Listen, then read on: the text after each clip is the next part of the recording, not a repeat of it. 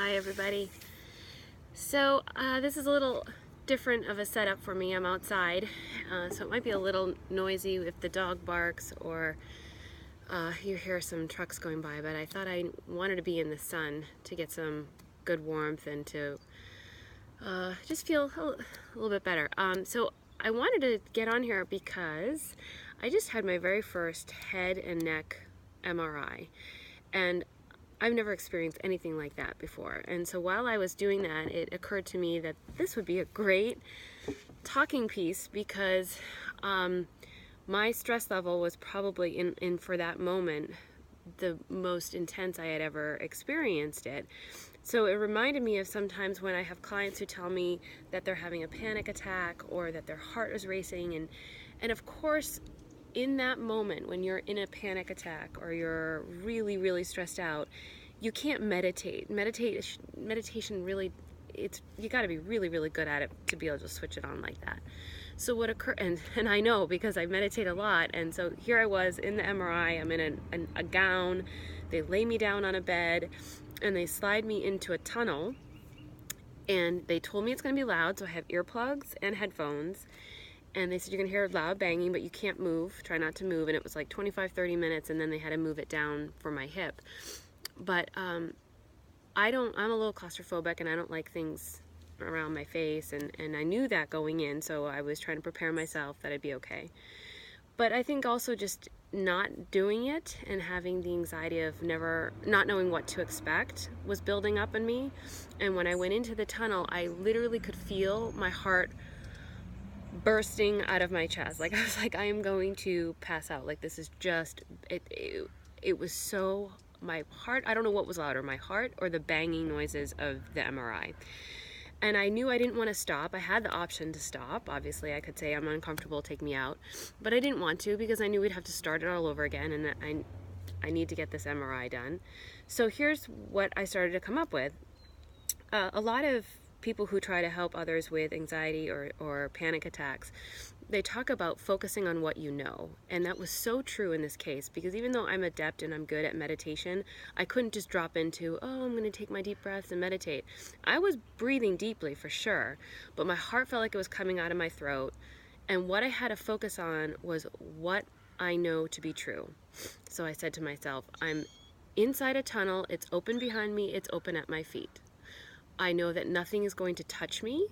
Nothing is gonna, even though I felt the closeness of the tunnel over my face, nothing is touching me. They're not hurting me. I'm not getting an incision. I'm not like, I know that sounds so ridiculous because of course it's just an MRI, but I had to remind myself, because what ends up happening, I think, in these moments of panic and anxiety, if you're like me, your imagination starts to run wild. And I equate it with walking my dog. I have a 80-pound Doberman who is super sweet and adorable, but you cannot walk him because he's a crazy dog on a leash.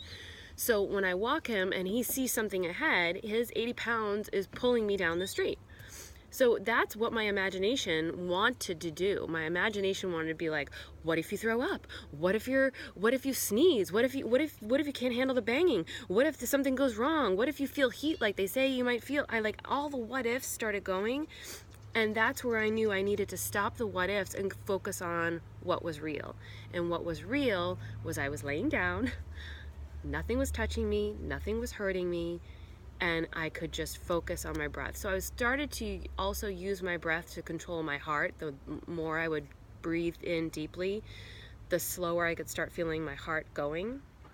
Now, the sounds in the MRI, they tell you there's going to be banging, but I'm a very particular person in terms of I like details, and so I'll just throw some details out there for you if you ever have to go through this experience. It would sound between like an Atari game, like an old school video game starting up, like beep boop boop boop, and then there would be like a jackhammer sound. Then there was that Simon Says sound, like that one. Sorry. But that also helped me calm down, was I was trying to identify what can I associate these sounds with, the things that are not scary to me. I've been in a gun range, okay, so it sort of sounds like a gun range. It sounds like a jackhammer. It sounds like a machine gun going off in a movie. It sounds like Atari. So again, to bring this full circle, I'm bringing it up because I don't think anybody really can drop into meditation. So I was not necessarily meditating in the beginning. I was more calming my body down. I was focusing on what were the truths versus what are the what ifs. Sure, I could have said, what if I, throw up? What if I can't, what if they can't get me out? What if I could have gone on to a million what ifs. Trust me, I am very creative with my imagination. I could have thought of a million things that could have gone wrong, but I knew that was not going to help me get through the 25-30 minutes I needed to be in there. So my advice to you is, when you're listening to me or to anyone else on how to meditate, don't always take it at face value. Don't say that, oh, well, I just have to meditate. Or my clients will say, I was so stressed out, I couldn't remember to breathe deeply. That's why we learn to breathe deeply when we're not stressed out, when we're not having a panic attack. If you take your deep, long breaths when you're thinking, you're just making coffee, or you're having tea, or you're at a stoplight, then when you need it, you can rely at least on the mechanism to control your breathing. Because if you don't practice the deep breathing, if I hadn't been practicing deep breathing, I wouldn't have been able to calm myself down, because I wouldn't have even remembered in that moment of all those what ifs and fear and anxiety. I wouldn't have been able to remember what it feels like to breathe deeply. So hopefully you'll take that with whatever, I don't know what to say, but you'll take that in an understanding of, I'm not saying that everyone should be able to drop into hypnosis or drop into meditation whenever they need to. It's mostly about survival. What can you do in this exact moment, this instant, to change your dynamic? What can you change in this exact moment so that you aren't going into, falling off the deep cliff in terms of not being able to control yourself? And again, I'm talking about situations where we know we're not dying, okay? If this is a life-death situation, you do what you got to do to survive. But I'm talking about if you're giving a presentation, or you're at a conference, or you're sitting at lunch with girlfriends and all of a sudden you have a panic attack. You logically know nothing bad is about to happen. So then work on your skills. Work on what you do know.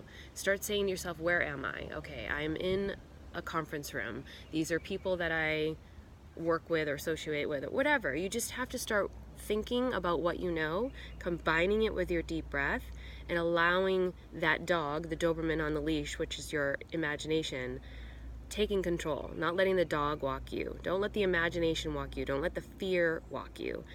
Walk it for yourself, right? So take control, take deep breaths. When I start freaking out that the dog is going to see another dog and rip my arm off and drag me down the street, inevitably that's what happens. Out of nowhere, another dog will pop up. But if I focus on remaining calm myself, he sort of chills out. He's still not great on a walk, but it's more about me being in control. So those are my 2 cents about how to get through an MRI.